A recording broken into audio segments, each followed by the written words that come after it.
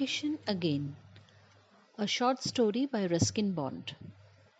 Over the years, I was in and out of New Delhi's Regal Cinema quite a few times, and so I became used to meeting old acquaintances or glimpsing familiar faces in the foyer or on the steps outside.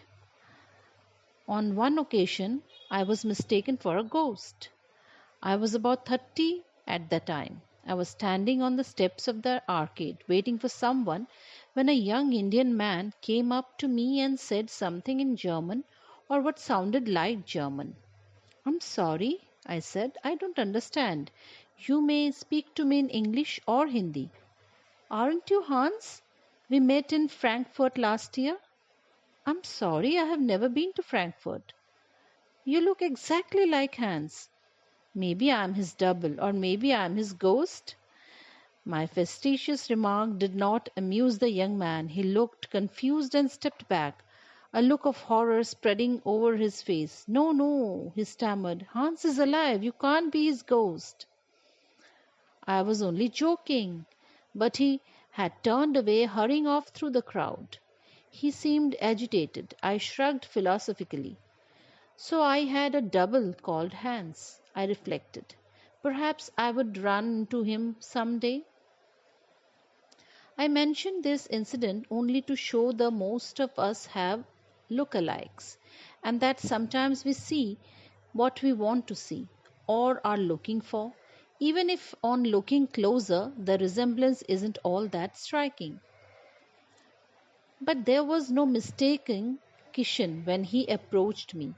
I hadn't seen him for 5 or 6 years, but he looked much the same. Bushy eyebrows, offset by gentle eyes, a determined chin, offset by a charming smile. The girls had always liked him, and he knew it, and he was content to let them do the pursuing. We saw a film. I think it was The Wind Cannot Read. And then we strolled across to the old standard restaurant, ordered dinner, and talked over old times, while the small band played sentimental tunes from the 1950s.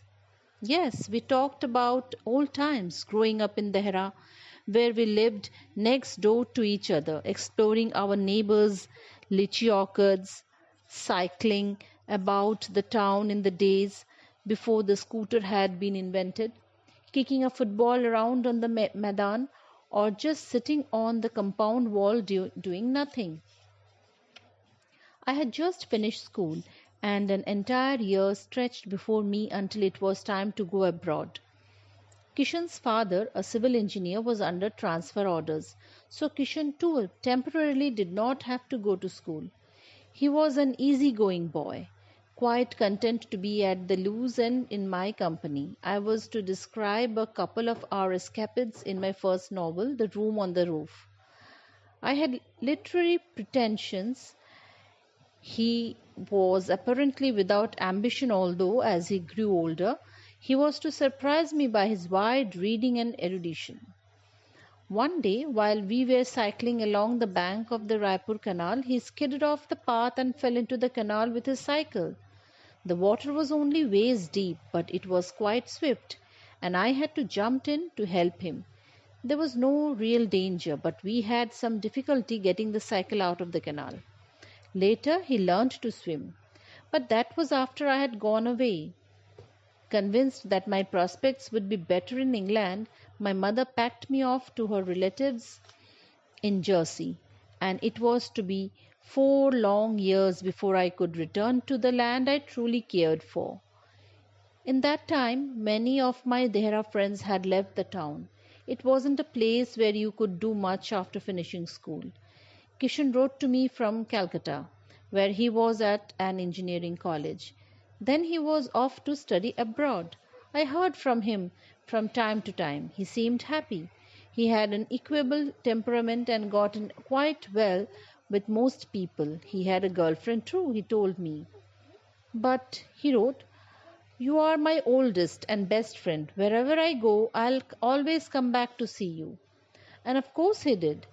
We met several times while I was living in Delhi, and once we revisited Dehra together and walked down Rajpur Road and and ate tikkis and golgappas behind the clock tower. But the old familiar faces were missing. The streets were overbuilt and overcrowded, and the lychee gardens were fast disappearing. After we got back to Delhi, Kishen accepted the offer of a job in Bombay. We kept in touch in desultory fashion, but our paths and our lives had taken different directions. He was busy nurturing his career with an engineering firm, and I had retreated to the hills with radically different goals: to write and be free of the burden of a 10 to 5 desk job. Time went by and I lost track of Kishen. About a year ago, I was standing in the lobby of the Indian International Center when an attractive young woman in her mid 30s came up to me and said, "Hello, Rusty. Don't you remember me? I'm Manju. I lived next to you and Kishen and Ranbir when we were children." I recognized her then, and for she had always been a pretty girl, the belly of Dehra's Astley Hall. We sat down and talked about old times and new times, and I told her that I hadn't heard from Kishen for a few years. "Didn't you know?" she asked. "He died about 2 years ago." "What happened?" I was dismayed, even angry that I hadn't heard about it. He couldn't have been more than 38. "It was an accident on the beach in Goa. A child had got into difficulties and Kishen swam out to save her. He did rescue the little girl, but when he swam ashore, he had a heart attack. He died right there on the beach. It seems he had always had a weak heart. The exertion must have been too much for him." I was silent. I knew he had become a fairly good swimmer, but I did not know about the heart. "Was he married?" I asked. "No, he was always the eligible bachelor boy." It had been good to see Manju again, even though she had given me a bad news. She told me she was happily married with a small son. We promised to keep in touch, and that's the end of his tale. Apart from my brief visit to Delhi last November, I had taken a taxi to Connaught Place and decided to get down at the Regal. I stood there a while, undecided about what to do or where to go. It was almost time for a show to start, and there were a lot of people milling around. I thought someone called my name. I looked around, and there was Kishen in the crowd. "Kishen!" I called and stared after him. But a stout lady climbing out of a scooter rickshaw got in my way, and by the time I had a clear view again, my old friend had disappeared. Had I seen his look-alike? A double? Or had he kept his promise to come back to see me once more?